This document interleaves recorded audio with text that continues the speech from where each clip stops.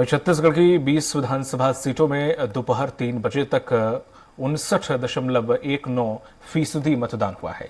कुछ हिंसक घटनाएं भी सामने आई हैं। छत्तीसगढ़ के सुकमा जिले के मेनपा के पास नक्सलियों के साथ मुठभेड़ में 3 सुरक्षाकर्मी घायल हुए हैं। कांकेर में भी नक्सलियों के साथ मुठभेड़ हुई है। कुछ नक्सलियों के मारे जाने की खबर है, कुछ के घायल होने की खबर है। और आज कैसा रहा मतदान और मतदाताओं का क्या कुछ है रुझान, साथ ही दलों का क्या कहना है, चर्चा के लिए मौजूद हैं हमारे साथ कांग्रेस के प्रवक्ता मणि वैष्णव, बीजेपी प्रवक्ता हैं हमारे साथ अवधेश जैन और वरिष्ठ पत्रकार हैं पीसी रथ जी, जो कि आज हमारे साथ इस पर चर्चा में शामिल होंगे। और जल्द ही हमारे साथ बीजेपी प्रवक्ता अवधेश जी जुड़ेंगे। सबसे पहले मैं यहाँ पर कांग्रेस के प्रवक्ता के पास जाना चाहूंगा। जिस तरह से देखा जाए, जो ये अहम सीटें हैं 20 में से दोनों ही तरफ से कुछ 5 से 6 सीटें ऐसे हैं जहां पर दोनों में टक्कर का मुकाबला मणि जी देखा जा रहा है। सवाल ये उठता है कि आखिर कहते हैं कि बस्तर की 12 विधानसभा सीटों से जो जीत लेता है वही सत्ता की चाबी उसके हाथ होती है। तो अब सवाल ये खड़ा होता है कि आखिर पिछले बार की तरह इस बार की ही रिपीट क्यों हो, क्यों कांग्रेस ऐसी उम्मीद लगा के बैठी है कि बस्तर की 12 सीटें उसके पास आएंगी। मणि वैष्णव जी।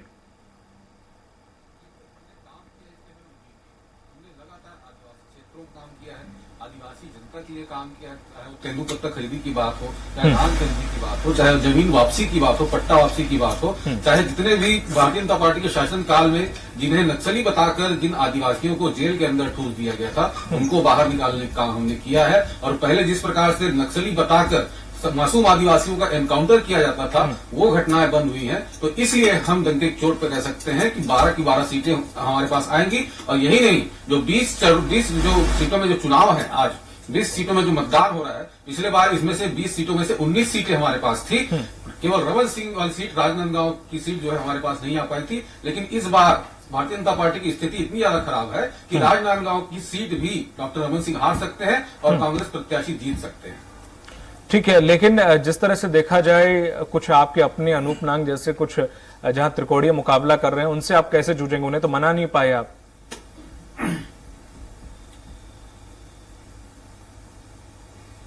देखिए, जनता अच्छी तरह जानती है कि किसको वोट देना है। जनता जिसने काम किया उनके लिए जनता बिल्कुल उन्हें वोट देगी। बाकी तरफ जनता का ध्यान नहीं है। और पिछले जो उपचुनाव हुए थे, उसमें भी जो है निर्दलीय प्रत्याशी जो है अलग अलग समाज से उतरे थे, उसका कोई विशेष फर्क नहीं पड़ा था। सारे उपचुनाव में हमें लगातार जीत हुई है, तो इन सब चीजों को कोई प्रभाव नहीं पड़ना है। हमारे लिए तो भारतीय जनता पार्टी चुनौती नहीं है, तो बाकी जो अन्य जो प्रत्याशी हैं वो तो चुनौती हो ही नहीं सकते। और मैं फिर एक बार कह रहा हूं कि ये जो चुनाव है 15 साल का छलावा और 5 साल के काम, इसके बीच मुकाबला है। 15 साल में जो भारतीय जनता पार्टी ने छला है जनता को, उसे जनता भूली नहीं है। और 5 साल जो हमने काम किए हैं उसे जनता महसूस कर रही है। तो इन दोनों के बीच चुनाव है। तो जनता जो है, जाहिर सी बात है, जिसने उनके लिए काम किया है, हर वर्ग के लिए हमने काम किया है, तो जनता कांग्रेस को वोट देगी, सीधी सी बात है। पर मणि वैष्णव जी, आप भी अगर देखें तो इतिहास बस्तर का हमेशा ये रहा है कि दोबारा जब चुनाव हुए तो जो पिछली बार जीता है वो हमेशा नहीं जीता उतनी सीटें। तो क्या इस बार ये इतिहास बदलेगा? और बदलेगा तो क्यों बदलेगा? क्योंकि अभी आपने जो काम गिनाए हैं, अभी बीच में भी आपने देखा कि आदिवासी लगातार रायपुर में सीएम हाउस पहुंच रहे थे कतारबद्ध होके, कभी टीएस सिंहदेव जी उनकी बात को उठा रहे थे। तमाम सारे बीच में ऐसे कुछ सिनेरियोज भी क्रिएट हुए जिससे कहीं ना कहीं वैर आदिवासियों का कांग्रेस सरकार से रहा। फिर भी हम लास्ट में ऐसी उम्मीद उनसे कैसे लगा सकते हैं कि आदिवासी हमारी तरफ ही, एक तेंदुपत्ता खरीदी का आपने जिक्र किया, तो सिर्फ यही एक वजह है, यही एक दो चीजें ऐसी हैं जिसकी वजह से आदिवासी आपकी तरफ जाएगा?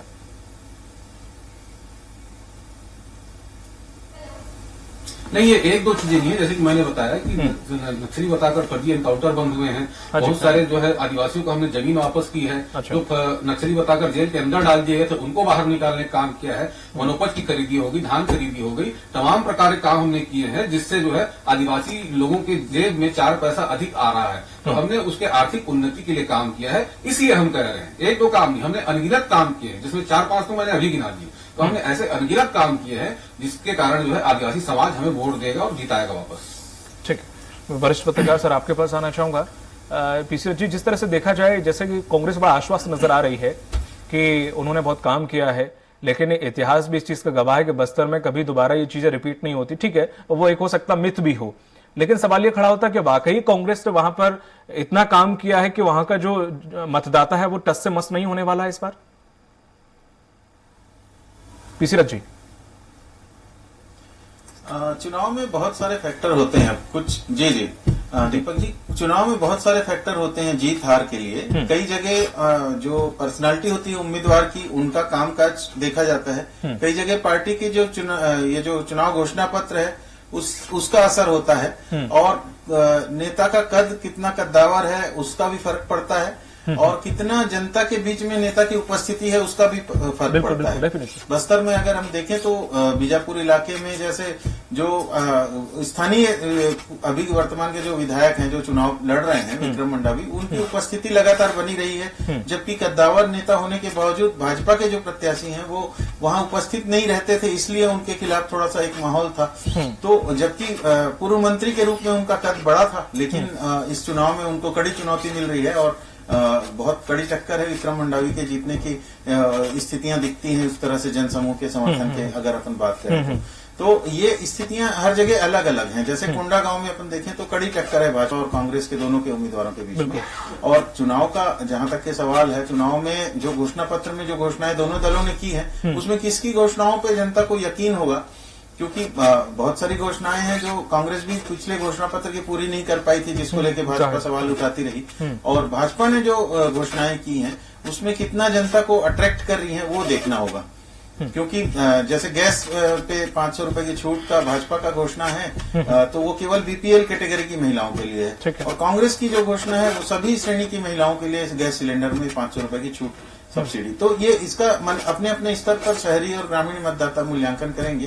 कर्ज माफी का मुद्दा भी उसी तरह का मुद्दा है, किसानों को बहुत ज्यादा प्रभावित करने वाला मुद्दा है। तो ये इस तरह से मतदाता अपना चयन कर सकते हैं। जी नहीं, पीसी रथ जी, पर आपका सवाल बिल्कुल सही है कि एन वक्त पे भी बहुत सारी चीजें मैटर करती हैं, पर मैटर वो अतीत भी मैटर करता है, वो 5 साल का काम भी थोड़ा सा मैटर करता है। तो रमन सिंह का वो 18 साल का काम क्या भारी पड़ रहा है 5 साल पे, या 5 साल उन्हें 18 सालों पे भारी पड़ रहा है?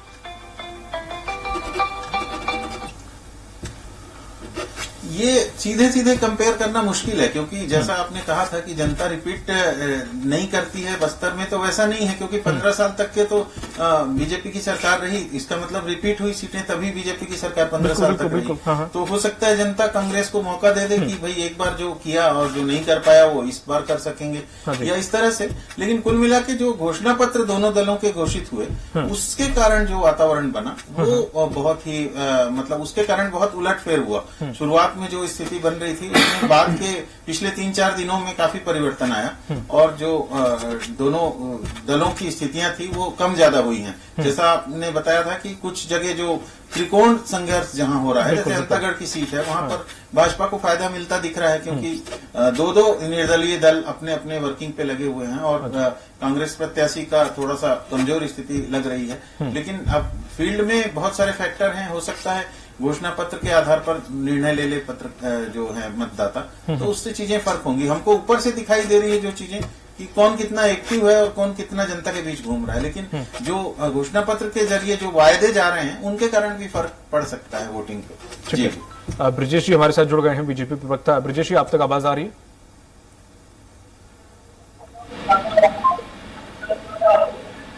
ब्रिजेश जी, आप सुन पा रहे हैं? जी आवाज आ रही है। ब्रिजेश जी, आप जिस तरह से उम्मीद लगाए बैठे हैं कि बस्तर की सभी सीटें या फिर उसमें से ज्यादा सीटें इस बार बीजेपी के हिस्से आएंगी, आखिर विपक्ष में रहकर बीजेपी ने ऐसी कौन सी भूमिका निभाई इन 5 सालों में जिससे बीजेपी ये उम्मीद लगा के बैठी है कि बस्तर का जो मतदाता है उसका रुख बीजेपी की तरफ होगा? देखिए, इन 5 सालों में हमने विपक्ष की भूमिका निभाते हुए सड़क से संसद तक की लड़ाई की है जनता के हित में, और खासकर बस्तर के आदिवासियों के लिए तो विशेष तौर पे हमने लड़ाई लड़ी है। और जहां तक नक्सली वाला बात है, वो भी सेंट्रल गवर्नमेंट से जुड़ा हुआ है। अमित शाह जी कई दौरे किए और जल्दी से जल्दी नक्सलवाद को खत्म करने का प्रयास किया है उन्होंने। और दूसरी बात यह कि हमारा जो घोषणा पत्र आया है वो इतना प्रभावित कर रहा है लोगों को, लोग इतने उत्साहित हैं। छत्तीसगढ़ की जनता जो रिस्पॉन्ड आ रहा है, हमारे पास खबर आ रही है कि काफी अच्छा आपका घोषणा पत्र है, तो इससे लोगों का झुकाव जो है, और आज जो मतदान हुआ है उधर से भी जो हम लोगों को रुझान की जानकारी मिली है, तो काफी लोग हमारे घोषणा पत्र से प्रभावित हुए, क्योंकि कांग्रेस ने जो पिछले बार घोषणा पत्र लाया था उनके वो वादे ही पूरे नहीं कर पाए हैं। वो तो हर वादे अधूरे हैं, एक भी वादा पूरा नहीं कर पाए हैं। और हमारा घोषणा पत्र नहीं, हमारा संकल्प पत्र आता है। घोषणा पत्र पूरा नहीं करते, लेकिन हम संकल्प पत्र जारी करके जो संकल्प करते हैं उसे जरूर लागू करते हैं। तो जनता को हमारे ऊपर भरोसा है। उन्होंने एक चांस दे के देख लिया कांग्रेस को, ठीक है, छत्तीसगढ़ की जनता ने, और उस पर खड़े नहीं उतरे वो। इसलिए भारतीय जनता पार्टी की सरकार बन रही है पूरे बहुमत के साथ, और पूरा बस्तर जीतेंगे, हमको इसी आशा है। नहीं तो नाम बदलने से घोषणा पत्र का प्रभाव ज्यादा बढ़ जाता है, संकल्प पत्र रख लिया तो क्या ज्यादा प्रभावी नहीं, होगा? हम हमेशा से संकल्प पत्र ही जारी करते आए। इस बार तो पिछली बार क्यों नहीं यकीन किया जनता ने आप पर? क्योंकि इन्होंने, कांग्रेस वालों ने झूठे वादे कर दिए जो पूरे नहीं कर पाए। तो जो शराबबंदी का वादा किया इन्होंने, हर महिलाओं को 4 सिलेंडर गैस मिलेगा बोले, बेरोजगारों को बेरोजगारी भत्ता देंगे बोले, ये इससे लोग प्रभावित हो गए थे। लेकिन काट की हानि तो बराबर नहीं चलती ना। नहीं तो अभी आपने कहा कि आपका घोषणा पत्र, तो आप भी तो झूठे वादे कर सकते हैं, वादों करने में क्या जा रहा है, घोषणा पत्र जारी करने में क्या जा रहा है? सर देखिए, ये जनता समझती है ना, विश्वास किस पे है। आज नरेंद्र मोदी जी के कितना विश्वास है देश की जनता को, और भारतीय जनता पार्टी का नेतृत्व है, चेहरा है। तो लोगों को इस बात का जानकारी है कि मोदी जी की गारंटी सिर्फ गारंटी नहीं होती है, वो गारंटियां पूरी होती हैं। नहीं वो तो फिर जनता जानती है, मैं क्या बोलूं कि मोदी जी की गारंटी कितनी गारंटी होती है, कितनी पूरी होती है, सब सर मैं तो बोल सकता हूँ ना। लेकिन सवाल ये खड़ा होता है, जैसे आपने अभी सवाल उठाया कि उनके घोषणा पत्र में एक भी पूरा नहीं हुआ, तो एक भी पूरा नहीं हुआ, जनता तो कह रही बहुत सारे वादे पूरे हुए। नहीं सर, पता नहीं आपको किस जनता ने कहा है, हम तो जनता से जुड़े हुए लोग हैं। इन 5 सालों में उन्होंने कहा कर्ज माफी करेंगे, किसानों का कर्ज माफी क्यों नहीं किया? तब तो नहीं कहा था उन्होंने कि हम इस टाइप के कर्जों को माफ करेंगे, राष्ट्रीयकृत बैंकों का नहीं करेंगे।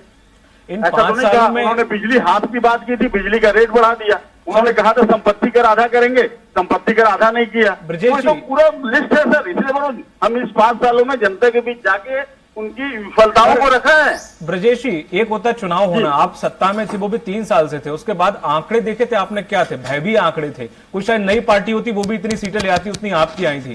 उसके बाद जितने उपचुनाव हुए आपको उसमें मुंह की खानी पड़ी, नगरीय निकाय के चुनाव हुए उसमें भी मुंह की खानी पड़ी। जी तो मैं जवाब देता हूँ सर आपका। जी जी हाँ, सिर्फ लोकसभा चुनाव को छोड़ के फिर आपने कहाँ परफॉर्म अच्छा किया? हाँ सर देखिए, यही है ना भाई, इन विधानसभा चुनाव के बाद तत्काल बाद लोकसभा चुनाव हुआ था, क्या परिणाम आए थे?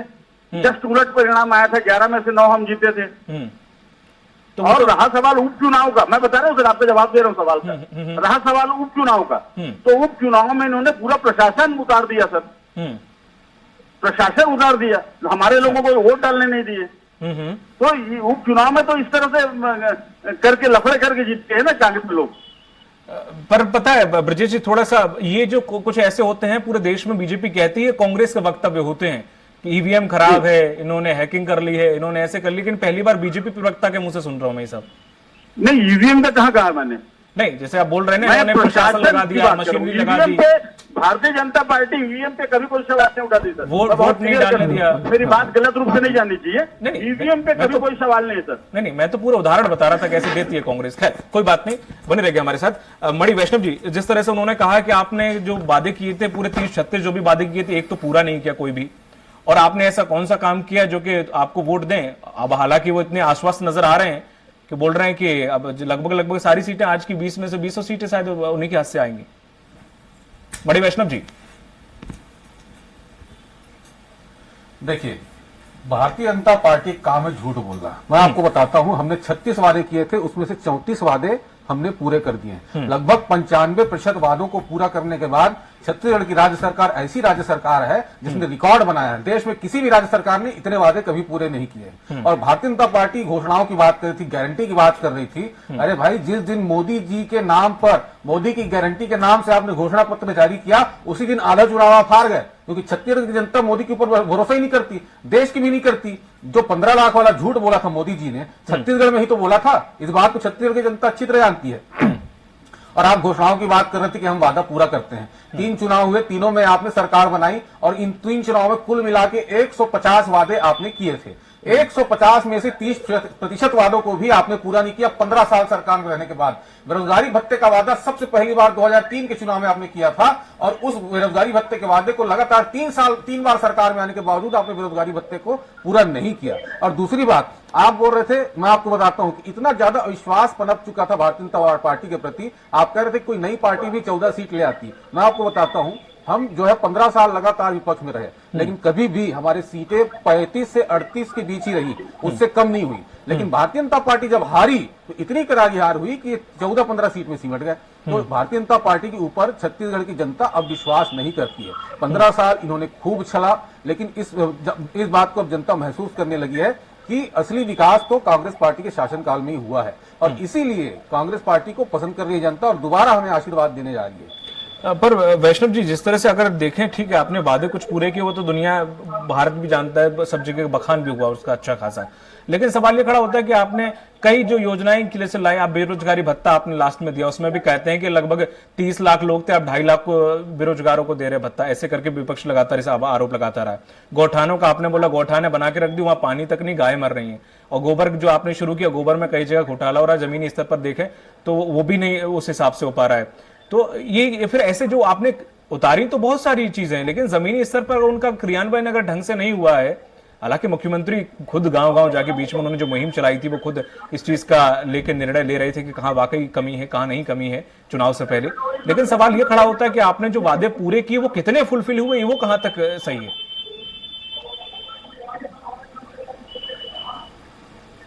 देखिए, हमारी सभी योजनाएं जो है संचालित अच्छे ढंग से हो रही है। ये गोबर घोटाला और भारतीय जनता पार्टी तो सतही आरोप लगाती है ना, इसका कोई तथ्य इनके पास होता नहीं है। गोबर घोटाले का भारतीय जनता पार्टी कैसे आरोप लगाती है? 250 करोड़ रुपए कुल मिलाकर अंतरित हुए हैं गौपालकों को, पशुपालकों को गोबर खरीदी में, और भारतीय जनता पार्टी आरोप लगाती थी 1314 करोड़ का। तो भैया 250 करोड़ रुपए क्या कहते हैं अंतरित हुआ है, तो 1400 करोड़ का घोटाला कैसे हो जाएगा? इतनी भी तो बुद्धि भारतीय जनता पार्टी के लोगों के पास नहीं है। तो ये इसी प्रकार के आरोप लगाते हैं, सतही आरोप लगाते हैं। और जहां तक गोठान की बात है, तो गोठान तो हमारे महिला स्वतंत्र समूह की महिलाओं द्वारा संचालित हो रही है, तो उसका पूरा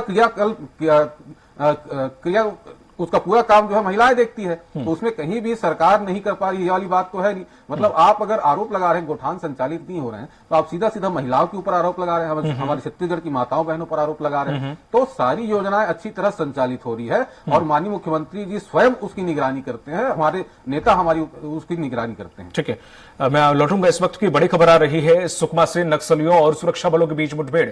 जी हां, इस वक्त की बड़ी खबर, मुठभेड़ में करीब 506 नक्सली ढेर हुए हैं, कई घायल बताए जा रहे हैं। नक्सलियों ने सुरक्षा बलों पर फायरिंग की थी। इस वक्त की ये बड़ी खबर, नक्सलियों और सुरक्षा बलों के बीच में मुठभेड़। सुकमा में नक्सलियों और सुरक्षा बलों के बीच में मुठभेड़ हुई है, करीब 506 नक्सली ढेर बताए जा रहे हैं, कई घायल।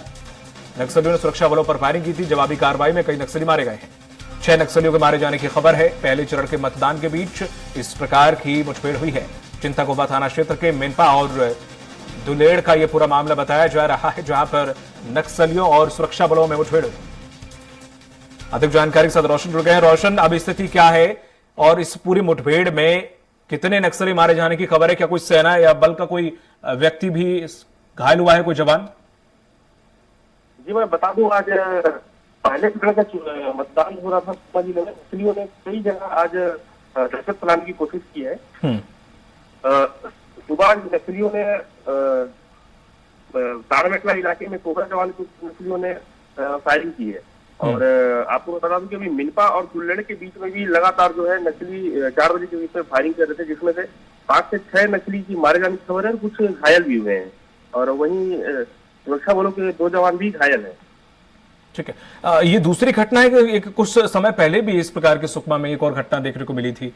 रोशन जी, ये नक्सली जो है विधानसभा चुनाव का लगातार विरोध कर रहे हैं और चुनाव से पहले ही पूर्व हर पोलिंग बूथ के सामने जाके पर्चा फेंकना, बैनर लगाना, ये सब हरकतें कर रहे थे। और आज नक्सलियों ने सुकमा जिले में लगभग 3 घटना कर चुके हैं सुबह से अभी तक। एक एल्मागुंडा में सुबह बम ब्लास्ट किए थे, जिसमें से एक जवान घायल हो गया था, उसे अभी रायपुर रेफर कर दिया गया है। चलिए, तमाम जानकारी साझा करने के लिए शुक्रिया। नजर बनाए रखिएगा, पल पल के अपडेट आपसे लेते रहेंगे रोशन। तो एक बार फिर से रुक करते हैं डिबेट की तरफ, जहां पर हमारे लगातार पैनलिस्ट बने हुए हैं। पीसी रज्जी, मैं आपके पास अब आऊंगा कि जिस तरह से बीजेपी और कांग्रेस अपने अपने बखान कर रही हैं, अपने अपने घोषणा पत्र को स्पेशली ज्यादा पॉपुलर बता रही हैं, वाकई आपने कई चुनाव ऐसे अपनी नजरों से निकाले होंगे, कई विधानसभा चुनाव के समीकरण देखे होंगे और ऐसे न जाने कितने मैनिफेस्टो देखे होंगे। क्या वाकई दोनों की मैनिफेस्टो की तुलना करें तो प्रभावशाली किसका मैनिफेस्टो है वाकई जमीनी स्तर पर, कल्पनाओं वाला मैनिफेस्टो साइड में हटा के?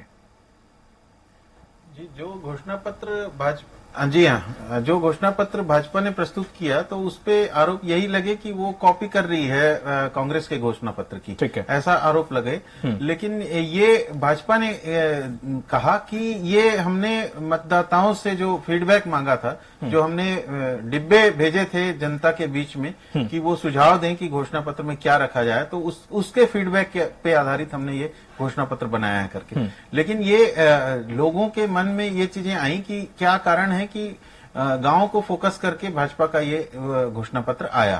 तो मतलब सीधा सा जवाब ये निकलता है कि दोनों पार्टियां समझ रही हैं कि असल में सरकार बनाने का रास्ता जो है वो गांव में या खेतों में होकर के जाता है। इसके अलावा जब प्रधानमंत्री का दौरा हुआ छत्तीसगढ़ में, चुनावी दौरा, तो उसमें उन्होंने वनोपज को लेकर के काफी बातें की। वनोपज का सही रेट नहीं मिल रहा है, वनोपज को लेकर के भी इस बार दोनों दलों के घोषणा पत्र में बातें हैं। और रेट बढ़ा करके सब्सिडी देने की बात है, उसमें अलग से इतना परसेंट अपन बढ़ा करके और देंगे, ये चीजें भी कह रही है दोनों पार्टियां उस तरह से। तो ये एक एक चीज को लेकर के डिस्क्राइब करने की जरूरत पड़ रही है, क्योंकि दोनों पार्टियों को ये पता है कि वोटर जो है अलग अलग कैटेगरी का है, उसको अपने को कैसे अपने पक्ष में करना है, उसके लिए उसके हित की बात करनी जरूरी है। तो यहाँ एक बात आ रही है कि कद्दावर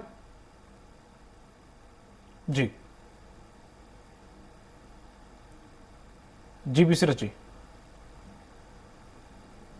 सरकार बना सकेगी, ये मैसेज इससे निकल के आ रहा है। और आज वोटिंग में जो परसेंटेज अभी तक का आया है 60 से 65% तक का, यानी कि उम्मीद है 70%, मतलब जो ग्रामीण इलाके हैं वहाँ पर आदिवासी क्षेत्रों में, और शहरी इलाकों में तो परसेंटेज बढ़ेगा निश्चित रूप से। तो तमाम घटनाओं के बीच भी लोगों का उत्साह दिख रहा है मतदान में। तो ये समझ में आ रहा है कि चीजें कम्युनिकेट हुई हैं, और वो तो रिजल्ट से ही पता चलेगा कि किसकी बातों ने असर किया है और किसका घोषणा पत्र इफेक्टिव हुआ है। जी बिल्कुल। ये अगर देखें जो अभी तक जितना चुनाव जो हुआ है, या जो जब से कांग्रेस की सरकार आई है, कांग्रेस की सरकार ने जिस तरीके से छत्तीसगढ़ की रीति नीति, वहां के कल्चर, वहां का खान पीन और इस तरीके से प्रमोट किया है चीजों को, छत्तीसगढ़ वासियों को, चाहे वो शहरी हो, चाहे वो गांव देहात में हो या आदिवासी हो, चाहे उनके खेल कूद हो, जिस तरह से प्रोत्साहन दिया है हर चीज को। सब कुछ योजनाएं ठीक एक मैटर करती हैं, लेकिन एज एक मुख्यमंत्री, एक पार्टी जब वहां के रीति रिवाज और वहां के डाउन टू अर्थ होके काम करता है, तो जाहिर सी बात है जनता का मोह उसकी तरफ जाता है। और उन्होंने सिर्फ अपने स्तर तक नहीं, पूरे प्रशासनिक स्तर पे भी हर एक मुहिम चलवाई है, चाहे वो बासी खाना वगैरह हो खाने के लिए, चाहे वो आपके कल्चर से जुड़े हुए त्योहार हो, हर एक तरीके की उन्होंने मुहिम चलाई है। और अपने खुद सीएम हाउस में भी उन्होंने प्रोग्राम कराए। ये पूरा कितना मैटर करता है किसी एक सीएम के लिए और एक पार्टी के लिए? जी, मुझे लगता है पिछले 4-5 सालों में भूपेश बघेल लगातार एक चुनावी मोड में ही रहे। उन्होंने लगातार जो घोषणाएं भी की, जो योजनाएं भी लाई, वो एक इवेंट की तरह हर योजना को लाया और वो लगातार उसको मतदाता से कनेक्ट करने की कोशिश करते रहे। इसके कारण पूरे प्रदेश में जो उनके दौरे भी हुए, कहाँ क्या किन योजनाओं का क्या असर हुआ है, किन योजनाओं का क्रियान्वयन कैसा हो रहा है, उसको लेकर के वो लगातार एक्टिव रहे। तो उसका एक असर देखने को मिलेगा इस चुनाव के नतीजों में, मुझे लगता है। और ये बात सही है कि रीति रिवाज और परंपराओं को लेकर के, चाहे खेल की बात हो, चाहे दूसरी योजनाओं की बात हो, खेलों का भी जो आयोजन ग्रामीण खेलों का हुआ, उस तरह से लोग कनेक्ट करने की कोशिश की है उन्होंने लगातार। लेकिन मतदाता जो है वो बहुत सारी चीजों को देखता है। मतदाता उन कामों में भ्रष्टाचार को भी देखता है। मतदाता आदिवासी इलाकों में आज चुनाव हुए हैं, पिछले दिनों मैं दौरे पे गया था तो मैंने देखा वहां पर वो राशन दुकानों को एक साथ बना दिया गया है। 8-8, 10-10 गांवों के राशन दुकान को सड़क किनारे ला करके एक साथ बना दिया गया और वहां से इफेक्टिव तरीके से गांव वालों को राशन मिल नहीं पा रहा है। मतलब पहले जो गांव में उनकी दुकान होती थी तो जो मिल जाता था, वो अलग अलग कारणों से दुकानों को सड़क पे ला दिया गया है और वो भी इफेक्टिव काम नहीं कर रहे हैं। मतलब योजनाएं बनती हैं और अच्छे सोच के साथ वो योजनाएं भेजी जाती हैं, लेकिन वो वाकई में जनता के फायदे की हो रही हैं नहीं हो रही हैं, उसका फर्क पता चलेगा अभी चुनाव के नतीजों में। क्योंकि अगर किसी को वोट डालने के लिए 25 किलोमीटर दूर जाना पड़ रहा है बिना रास्ते की सड़कों में, किसी को अगर राशन लेने के लिए 50 किलोमीटर दूर जाना पड़ रहा है तो वो मतदाता कैसा रिएक्ट करेगा चुनाव में, ये नतीजे हमको बताएंगे। योजनाएं तो अच्छी हैं, लेकिन योजनाएं अगर इफेक्टिव तरीके से क्रियान्वित नहीं हुई हैं तो रिजल्ट ओरिएंटेड नहीं है, तो उसका सरकार की छवि पे अच्छा असर नहीं पड़ेगा, ये भी देखने वाली बात है। ठीक है। ब्रजेश पांडे जी, सर जिस तरह से अगर हम बात करें कांग्रेस की, जब कांग्रेस विपक्ष में थी, अभी आप विपक्ष में 5 साल आपको बैठने का मौका मिला, सच बताइए, और मैं थोड़ा सा आपके मुंह से भी गिनना चाहूंगा कि ऐसे कौन कौन से मुद्दे थे जब आपने जमीन से लेके संसद तक, जैसे कि आप बोलते हैं कि विधानसभा तक आपने रोड शो किया या रैली निकाली या फिर उन लोगों के हक में खड़े हुए या कोई बड़ा प्रदर्शन किया, ऐसे विपक्ष में कुछ ऐसा नहीं रहा कि 5 साल बड़ा शांति तरीके से विपक्ष के तौर पर आपने गुजारे? देखिए, प्रदर्शन तो जनता के लिए हमने जो सड़क पे लड़ाई लड़ी है वो तो इतने सारे प्रदर्शन किए हैं सर कि यदि मैं बताऊंगा तो ये डिबेट का समय खत्म हो जाएगा। हमारे बड़े बड़े केंद्रीय मंत्री लोग भी आए हैं ऐसे प्रदर्शनों में। बिलासपुर में प्रदर्शन हुआ है, बस्तर में प्रदर्शन हुआ है, रायपुर में प्रदर्शन हुआ है। रायपुर में तो 3-4 बड़े प्रदर्शन हुए हैं, ऐसा नहीं। उसके अलावा नगर निगम स्तर पर प्रदर्शन होते रहे हैं, पार्टी के स्तर पर प्रदर्शन। तो प्रदर्शनों की यदि संख्या पूछेंगे तो सर तो बहुत है, और हर मुद्दे पे उठाया है जहाँ पे विफलता रही है कांग्रेस की। और सबसे बड़ा सर, जो भ्रष्टाचार में डूबी हुई है कांग्रेस की सरकार, अब जनता समझ चुकी है कि ये सिर्फ घोटाला करने आते हैं सरकार पे, और घोटाला का मतलब ही कांग्रेस है। चाहे वो केंद्र में रही हो कांग्रेस, सब घोटाले में जुड़े हैं। इनके बड़े बड़े राष्ट्रीय नेता, प्रधानमंत्री तक के लोगों का नाम आया है, राजीव गांधी जी का नाम आया है घोटालों में, बोफोर्स के। तो घोटाला मतलब कांग्रेस है सर। और आज भी छत्तीसगढ़ की क्या स्थिति है, कौन सा ऐसा डिपार्टमेंट है जिसमें घोटाले का नहीं है? पीएससी घोटाला है, धान घोटाला है, चावल घोटाला है, गोठान घोटाला है, शराब घोटाला है, जिसमें बहुत सारे लोग ईडी की कस्टडी में हैं, जेल में हैं, उनको बेल नहीं मिल रही है। तो इससे बड़ा प्रमाण और क्या हो सकता है सर? ठीक है। पीसी रज्जी, मैं आप ही के पास मैं थोड़ा इजाजत चाहूंगा, मुझे काम है, फिर जुड़ूंगा बाद में। जी, शुक्रिया आपका हमारे साथ जुड़ने के लिए ब्रजेश पांडे जी। हम अपने किसी दूसरे वक्ता से भी कोशिश करेंगे कि वो बीजेपी की तरफ से अपना पक्ष रखने के लिए जल्दी जुड़े। पीसी जी, जिस तरह से अभी जो उन्होंने कहा कि हमने इतने प्रदर्शन किए, कांग्रेस लगातार ये कहती रही है, और ये सच्चाई भी है कि हमने इन्हें ज्यादा मौके ही नहीं दिए प्रदर्शन करने के, और इसमें सच्चाई है भी। लेकिन जिस तरह से आपने देखे कि कांग्रेस ने जो भी मौके दिए हैं, कभी बीजेपी उस हिसाब से भुना पाई है? 1-2 प्रदर्शन की छोड़ दें जिसमें बैरिकेड तक ये लोग पहुंचे हैं, उसके बाद घर वापस लौट गए हैं, उसके अलावा कौन सा बड़ा प्रदर्शन जो ये कह रहे थे कि मैं हाथों पर गिना सकता हूं? अगर मैं बोलता तो शायद अक्सर ये कहने को मिलता है कि कांग्रेस की तरफ से पक्ष रख रहे हैं, तो इसलिए मैंने वो सवाल उनसे पूछा नहीं। आप मुझे बताएं कि वाकई एक विपक्ष की भूमिका में बीजेपी ने सही काम किया?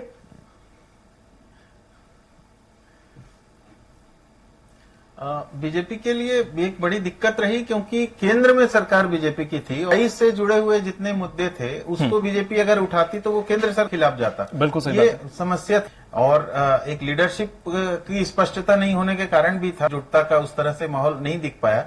और जो प्रदर्शनों में कहा जाए कि अगर पेट्रोल की कीमतें बढ़ने के कारण, डीजल पेट्रोल की कीमतें, गैस की कीमतें बढ़ने का प्रदर्शन अगर विरोध करे बीजेपी तो वो केंद्र के खिलाफ जाएगी। तो ये बहुत सारी चीजें ऐसी हैं, महंगाई जिन चीजों के कारण बढ़ती है उन चीजों को लेकर के आयात निर्यात की नीतियां या आवश्यक वस्तु अधिनियम बंद होने का, या कृषि नीति को चेंज करने की जो 3 कुख्यात नीतियां जो लाई गई थी विधेयक, उसके खिलाफ जो आंदोलन देश भर में हो रहे थे, तो वो आंदोलन में बीजेपी भागीदारी नहीं कर सकती थी क्योंकि वो केंद्र सरकार के विधेयक के खिलाफ थे। तो इस तरह से उसके पास समस्या थी बीजेपी के पास कि वो एकजुट कोई बड़ा आंदोलन उस तरह से नहीं। उनके पास एक ही मुद्दा था कि सरकार ने वायदे के अनुसार शराबबंदी क्यों लागू नहीं की, तो घूम फिर के वो उस पे ज्यादा आते थे।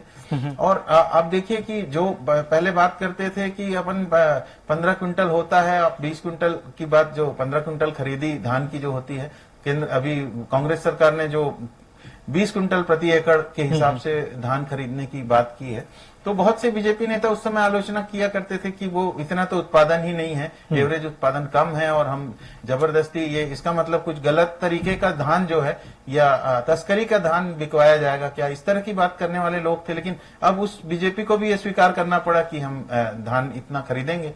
तो ये सब चीजें हैं कि आगे चल के अनुभव के बाद, फीडबैक के बाद बीजेपी अपनी घोषणा पत्र में उन चीजों को लेकर आई है जिनके पक्ष में वो नहीं थी। कांग्रेस ने जैसे बिजली के बिल में 200 यूनिट तक की माफी की बात की है, तो इस तरह का कोई वायदा बीजेपी के घोषणा पत्र में नहीं है जो कांग्रेस के घोषणा पत्र में है। तो ये कुछ चीजें हैं जो लगातार फील्ड से जुड़े रहने और फीडबैक को लेते रहने के कारण कांग्रेस दे पाई है अपने घोषणा पत्र में। अब ये बात अलग है कि राजनांदगांव से लेकर के बस्तर के दक्षिण तक के जो आयरन ओर और दूसरे खनिजों से भरा हुआ इलाका है, उन खनिजों का लाभ वास्तव में वहां की जनता को कितना मिल पाएगा, ये दोनों पार्टियां इसको ठीक से स्पष्ट कर पाए भविष्य में तो स्पष्ट होगा। क्योंकि बेरोजगारी की एक बहुत बड़ी समस्या आदिवासी इलाकों में भी है। वहां पर यह समस्या है कि जो भर्तियां होती हैं, सरकारी भर्तियां, उसमें बाहर के लोगों की नियुक्तियां हो जाती हैं। तो कोंटा विधानसभा में मौजूदा मंत्री को कई जगह सभाओं में इन चीजों में जनता का विरोध झेलना पड़ा कि शिक्षाकर्मी भर्ती में यहाँ के लोगों की नियुक्तियां कम हुई हैं और जो 3, 4, 5 लोगों की नियुक्ति हुई है वो भी कर्मचारी के रूप में आए परिवारों के लोगों को के बच्चों को लिया गया है करके, और यहाँ के लोगों की नियुक्तियां कम हुई हैं। तो वहां बेरोजगारों का एक आक्रोश झेलना पड़ा है। तो कांग्रेस को ये भी ध्यान, यानी जो भी सरकार बनाए उसको ये भी ध्यान रखना पड़ेगा कि स्थानीय स्तर पर रोजगार कैसे सृजित हो और कैसे उद्योग बने। क्योंकि एक बड़ा मुद्दा जगदलपुर का नगरनार प्लांट था जिसको लेकर बार बार अफवाहें उड़ती रही कि इसको सरकार, केंद्र सरकार बेचने वाली है या निजीकरण होने वाला है, बड़े कारपोरेट समूह उसको लेने वाले हैं। जबकि क्षेत्र के किसानों ने जो है वो सरकारी क्षेत्र के उद्यम की स्थापना के नाम पर जमीनें दी थी। यानी भिलाई स्टील प्लांट की तरह वहां पर स्टील प्लांट जो लग रहा है उसके कारण विकास होगा एरिया का करके, और बस्तर संभाग के सारे लोगों को रोजगार मिलेगा, वहां के युवाओं को। इन आशाओं के साथ लोगों ने जमीनें दी थी। लेकिन अगर उसको बेचने की सूची में केंद्र सरकार रख रही है, विनिवेश मंत्रालय जो है उसको शामिल कर रहा है बेचने वाले उद्योगों की सूची में, जो प्लांट अभी शुरू हुआ है ले दे करके, तो ये भी लोग उसको चिंता की नजरों से देखते हैं। तो छत्तीसगढ़ सरकार ने, हालांकि भूपेश बघेल ने घोषणा की कि हम इसको खरीदेंगे अगर सरकार मतलब बजाय कि किसी और को बेचने के, छत्तीसगढ़ सरकार उसको लेके चलाएगी करके, ऐसा इन्होंने घोषणा की। लेकिन बजट प्रावधान इन्होंने भी कुछ भी नहीं किया उसके लिए। यानी 4-5 साल तक के जो बजट वार्षिक बजट आता रहा उसमें कांग्रेस ने किसी तरह की कोई राशि की व्यवस्था नहीं की कि अगर केंद्र सरकार मान जाती है उसे बेचने के लिए तो उसके लिए कैसी व्यवस्था होगी। क्योंकि वो हजारों करोड़ रुपए के जो प्लांट्स हैं उसको चलाने के लिए सक्षमता भी तो राज्य सरकार की होनी चाहिए, आर्थिक सक्षमता। तो ये बहुत सारे मुद्दे हैं जिसको लेकर जनता अपने अपने इंडिविजुअल विधानसभा क्षेत्र में सवाल उठा सकती है, उठाती आई है, और उसको लेकर के इनको भविष्य में जो पार्टी सरकार बनाएगी उसको उन सवालों का सामना करना पड़ेगा। लेकिन फिलहाल यह है कि कर्ज माफी वाले मामले को लेकर के कांग्रेस को प्लस मिलता दिखाई दे रहा है। इस चुनाव में वोटर्स उस तरीके से उस पक्ष में बात करते हुए नजर आ रहे हैं जहां पर थोड़ा बीजेपी का पलड़ा कमजोर लग रहा है। जी दीपक जी, बिल्कुल। बड़ी वैष्णव जी, जिस तरह से आपकी और केंद्र सरकार के बीच में बड़ा गतिरोध देखने को मिला है, जिसमें सफर कहीं ना कहीं जनता ने किया, चाहे फिर वो आवास को लेकर हो, चाहे फिर वो अनाज खरीदी के वक्त बारदाने को लेकर हो, या तमाम चाहे वो खाद वगैरह को लेकर हो कि इतना खाद भेजनी थी, इतनी नहीं भेजी, तमाम सारे ऐसे मुद्दे समय समय पर आते रहे जिसमें आपकी और केंद्र के बीच में खींचतान रही है और कहीं ना कहीं जनता पर उस पर प्रभाव पड़ा है। तो आपको लगता है कि इस प्रकार के केंद्र की वजह से, या आप ऐसा मानते हैं कि हाँ आपको नुकसान झेलना पड़ा है या नुकसान झेलना पड़ेगा कुछ केंद्र की वजह से?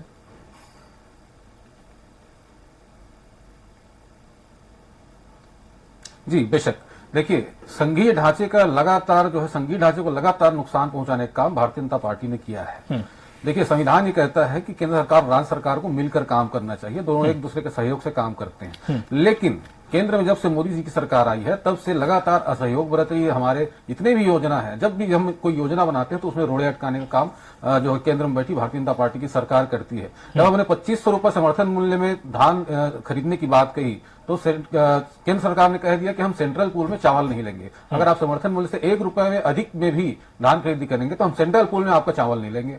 उसके बाद उन्होंने कहा कि हम उसना चावल आपसे नहीं लेंगे। उसके बाद उन्होंने बारदाने की लगातार जो है कृत्रिम कमी बार बार केंद्र सरकार बनाती रहती है। तो लगातार हमारी योजनाओं में रोड़े अटकाने का काम केंद्र में बैठी भारतीय जनता पार्टी की सरकार करती है। हमने ओल्ड पेंशन स्कीम लाई, हमने कहा कि हम ओल्ड पेंशन स्कीम लागू करके जो है कर्मचारियों के भविष्य को सुरक्षित करने का काम करेंगे। तो केंद्र सरकार ने कह दिया कि भाई आपके जो कर्मचारियों के जो 17,000 करोड़ हमारे पास जमा है उसे हम आपको नहीं देंगे। तो केंद्र सरकार तो लगातार काम करती रहती है, लेकिन फिर भी हम इन प्रकार, क्योंकि हमारी नीयत है काम करने की और हमने वादा भी किया है, संकल्प भी लिया है कि हम जनता के लिए काम करेंगे, इसीलिए हम कोई ना कोई तरीका निकालते हैं जनता के लिए काम करने का। तो केंद्र सरकार लगातार रोड़े अटकाते जाए उससे कोई फर्क नहीं पड़ना है। हमारी अगर नीयत अच्छी है तो हमारे साथ ईश्वर भी है, हमारे साथ किसान भी है, हमारे साथ छत्तीसगढ़ की जनता भी है। ठीक है, अभी जैसे कि हम लगातार आज सुबह से पढ़ रहे हैं कि सुकमा में और अन्य जिलों में भी हमने नक्सली घटनाएं देखी हैं और चुनाव शुरू होने से पहले भी उन्होंने इस प्रकार की घटना को अंजाम दे रहे।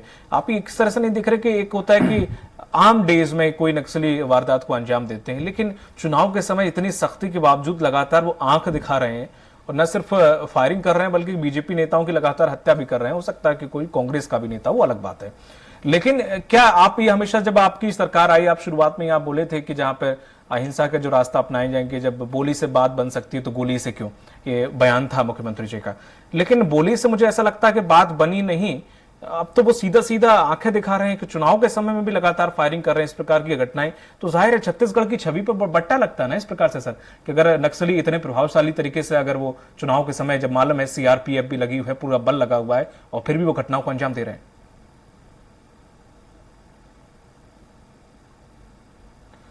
देखिए, नक्सलवाद की अगर बात करेंगे तो हम बुद्ध के रास्ते पर भी चल रहे हैं और युद्ध के रास्ते पर भी चल रहे हैं। जो नक्सली आत्मसमर्पण करना चाह रहे हैं उनको हम आत्मसमर्पण भी करा रहे हैं। तो और जो नक्सली नहीं मान रहे, लगातार हिंसा की जो वारदातें कर रहे हैं, उसका जवाब भी हम लगातार सरकार दे रही है, सीआरपीएफ दे रही है।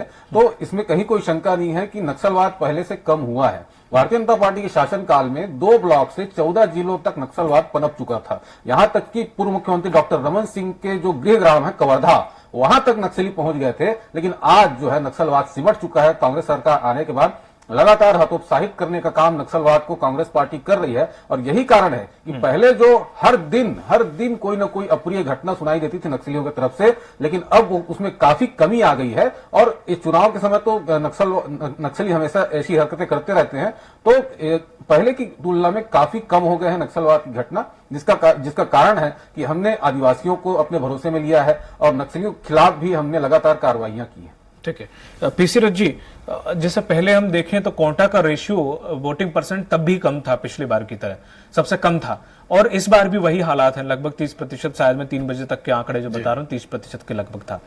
तो ये बोल रहे हैं कि नक्सलियों की वो कम हुई, कहां भय कम हुआ?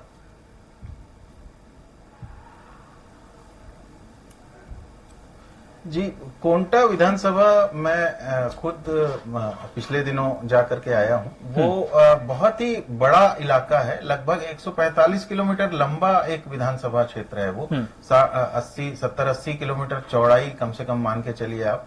और एक तरफ उड़ीसा का बॉर्डर है, एक तरफ महाराष्ट्र का बॉर्डर है और नीचे तेलंगाना का बॉर्डर है। इस तरह से कोंटा विधानसभा बहुत ही विस्तारित एरिया है। और वहां पर की जो परिस्थितियां हैं, वो सड़कें बहुत अच्छी तरह नहीं बन पाई हैं, भ्रष्टाचार की सड़कें हैं। ज्यादातर निर्माण जो है वो भ्रष्टाचार की भेंट चढ़ जाता है, खराब निर्माण होने के कारण। प्रधानमंत्री सड़क योजना का भी बहुत बुरा हाल है उन इलाकों में। कच्ची सड़कें हैं, जिनको गारंटी पीरियड में भी कच्ची सड़कें हैं, मतलब उस तरह से। तो वो पूरा इलाका ऐसा है कि उपेक्षित है अभी तक के वो। और जो नक्सलियों के बहाने से बहुत बड़ा भ्रष्टाचार का नेटवर्क चलता है उन इलाकों में। और इसलिए नक्सल प्रभावित इलाके जो हैं वहां पर आपको बदलाव बहुत ज्यादा नहीं दिखेगा। अभी हमने देखा कि सड़कों के आसपास 2, 4, 5, 10 किलोमीटर तक के ही चुनाव प्रचार और सारी चीजें हैं। और अंदर जो 30-40 किलोमीटर के बाद आपको कहीं पर भी चुनाव के पोस्टर बैनर नहीं दिखेंगे। ये वाली स्थितियां हैं वहां पर। बासागुड़ा, जगरगुंडा वाले जो इलाके हैं पूरे, उस पूरे इलाके में, सिलगेर का इलाका है, इन सारे इलाकों में एक तरह से पुलिस की गश्त भी कम है और वो छोड़ दिया गया है वहां के लोगों को अपने तरीके से जीने के लिए, ऐसा लगता है। तो वैसी स्थिति में लोकतंत्र को बचाने के लिए व्यापक बड़े पैमाने पे चुनाव के लिए जो अभियान होने चाहिए उन इलाकों में, वो वैसे नजर नहीं आए चुनाव के पहले जाने पर। और दूसरा जो वहां पर मुख्य मुकाबला जो है वो सीपीआई के प्रत्याशी जो मनीष कुंजाम है उनका और कवासी लखमा जी के बीच है। क्योंकि भाजपा के जो प्रत्याशी हैं स्वयं मुका, वो पहले सलवा जुड़ूम आंदोलन में नेता रहे हैं। तो वो सलवा जुड़ूम के अंतर्गत जो रोष है, गुस्सा है गांव, अंदर के गांव के निवासियों का, उसके कारण वो अंदर प्रचार के लिए भी नहीं जा पा रहे थे, तो इस कारण से जो उनकी पहुंच है वो सड़क के आसपास के गांवों तक ही सीमित थी। तो ये एक तरह से ऐसी परिस्थिति में बाहर की फोर्स जा करके एकाएक स्थितियों को नहीं संभाल सकती। बिल्कुल तो सही। वहां पर जो है वो लगातार ग्राउंड वर्क करके लगातार लोगों को शामिल करके ही लोकतंत्र की धारा में जोड़ा जा सकता है।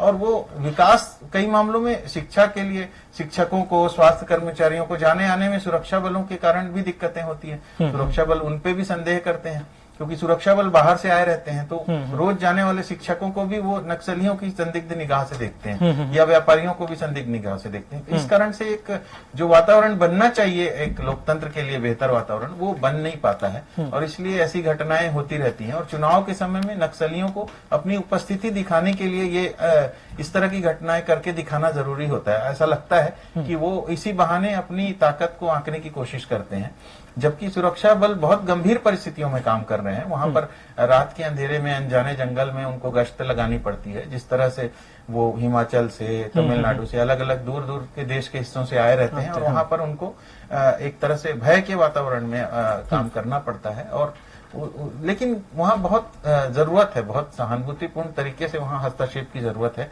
पिछले दिनों भी फर्जी मुठभेड़ की घटनाएं सामने आई थी। लोगों ने शिकायत की थी कि गांव के निरीह ग्रामीणों को बाजार से लौटने के बाद समय में उन्हें उठा लिया गया था और बाद में मुठभेड़ करके मारने के ऐसे आरोप लगाए गए थे। गांव के लोग पूरे पहुंच गए थे, थानों में, जिला मुख्यालयों में पहुंच गए थे, शिकायतें हुई हैं। तो पुलिस का अपनी परेशानियां हैं, सुरक्षा बलों की अपनी परेशानियां हैं और गांव वाले इन सब चीजों से हलाकान हैं। उनकी परेशानियां तो खत्म हो ही नहीं पा रही हैं और 3-4 पीढ़ियां, 3-3 पीढ़ियां निकल गई इन परेशानियों से, क्योंकि इन सब चीजों की शुरुआत वहां पर लगभग 85-86 से शुरू हुई हैं घटनाएं। इस तरह नक्सल मूवमेंट, वहां पर जो लोग आए हैं बाहर से और फिर आते गए हैं, तो अब पूरे नया जनरेशन आ चुका है, जिस तरह से तैयार हो चुका है। तो उसमें ये फोर्स का काम, जैसा हमारे साथी कह रहे थे कि बुद्ध का रास्ता भी है और युद्ध का रास्ता भी है, लेकिन युद्ध अपने लोगों से युद्ध नहीं होता ना। अपने लोगों को समझाया जाता है, उनको किसी तरह से देखिए, नागालैंड में सरकार बात करती है वहां के आतंकी संगठनों से, विदेशों में जाकर के बात करती है केंद्र सरकार, बहुत समझौते करती है, मिजोरम के लोगों से बात करती है। लेकिन छत्तीसगढ़ में चूंकि आयरन ओर है तो यहाँ की समस्याओं को लेकर या दूसरे खनिज हैं, इसलिए यहाँ पर वैसी बातचीत आतंकी इन संगठनों के साथ नहीं होती है। मतलब जो नक्सल संगठन है उनके साथ कोई वैसा बातचीत का माहौल नहीं बना है। जबकि जैसे सरकार ने वायदा किया था, जिस तरह से चुनाव के पहले कांग्रेस सरकार ने, उस तरह से वो कांग्रेस ने वादा किया था, उस तरह से इस समस्या को खत्म करने के गंभीर प्रयास नहीं हुए हैं, ऐसा मुझे लगता है इन 5 सालों में। और जनता की अपेक्षाएं ज्यादा थी सरकार से, वैसे चीजें नहीं आई हैं। वो चीजें बढ़नी चाहिए, तभी एक शांति का वातावरण बन पाएगा। और बहुत बड़ा एरिया है जो विकास से भी वंचित रह जाता है इन सब कारणों से। तो उसको, क्योंकि छत्तीसगढ़ में कम से कम सिलगेर जैसे 8-10 जगह हैं जहां पर ये आंदोलन कर रहे हैं आदिवासी की, उस जगह पे उनकी जमीनों पे सुरक्षा बलों ने कब्जा कर लिया, वो कैंप खुल गए उनकी अनुमति के बिना। उन जगहों पे जहां वो खेती करते थे वहां पर अब कैंप है, लोगों को आने जाने में रोका टोका जाता है, रोज परेशानी होती है। जबकि आदिवासी स्वतंत्र रूप से जंगलों में घूमते हैं और वनोपज इकट्ठा करते हैं, दूसरी चीजें करते हैं, खेती किसानी करते हैं। तो वो अलग दिक्कतें हैं, उसको दूर किया जाना बहुत जरूरी है। और निश्चित रूप से लोकतंत्र की प्रक्रिया में उनको जोड़ने के लिए उनमें विश्वास कायम करना भी जरूरी है। और गोंडी वहां की भाषा है, हम लोग ज्यादा समझते नहीं है। दोरली और गोंडी, इस तरह की बीजापुर और कोंटा, सुकमा जिले में जो है वो कोंटा विधानसभा की, वहां पर भाषा की भी दिक्कत है। वो हिंदी नहीं समझते और हम गोंडी नहीं समझते, बाहर से जाने वाले लोग। तो ये दिक्कतें हैं सुरक्षा बलों के साथ। जी चलिए, चूंकि अब समय समाप्त हो चुका है, इसलिए मुझे इस डिबेट को क्लोज करना होगा, तो वो माफी चाहूंगा कि अगर आपको समय नहीं मिल पाया हो। वैष्णव जी, बहुत बहुत शुक्रिया हमारे साथ जुड़ने के लिए, मणि वैष्णव जी और पी रज्जा जी और बीजेपी प्रवक्ता ब्रजेश पांडे जी, आप 3 लोगों का बहुत बहुत शुक्रिया इस पर चर्चा में शामिल होने के लिए। तो जिस तरह से देखा जाए, छत्तीसगढ़ में कुछ सीटें हैं जहां पर वोटिंग परसेंट थोड़ा सा कम रहा है, हालांकि अभी ताजा आंकड़े नहीं आए, लेकिन अब वोटिंग परसेंट कम होने की वजह क्या है या फिर इसका असर किस पे पड़ेगा, वो तो आने वाला भविष्य बताएगा। हालांकि 20 जो प्रत्याशी हैं विधानसभाओं के, जहां पर दोनों तरफ से या तीनों तरफ से, उनकी अब जो किस्मत है वो पेटी में कैद हो गई है। अब देखने वाली ये होगी कि आखिर कब इन लोगों के भाग्य की किस्मत चमकती है और किसने कितना काम किया, चाहे बीजेपी हो चाहे कांग्रेस, वो देखने वाली बात होगी। मुझे दीजिए इजाजत, नमस्कार।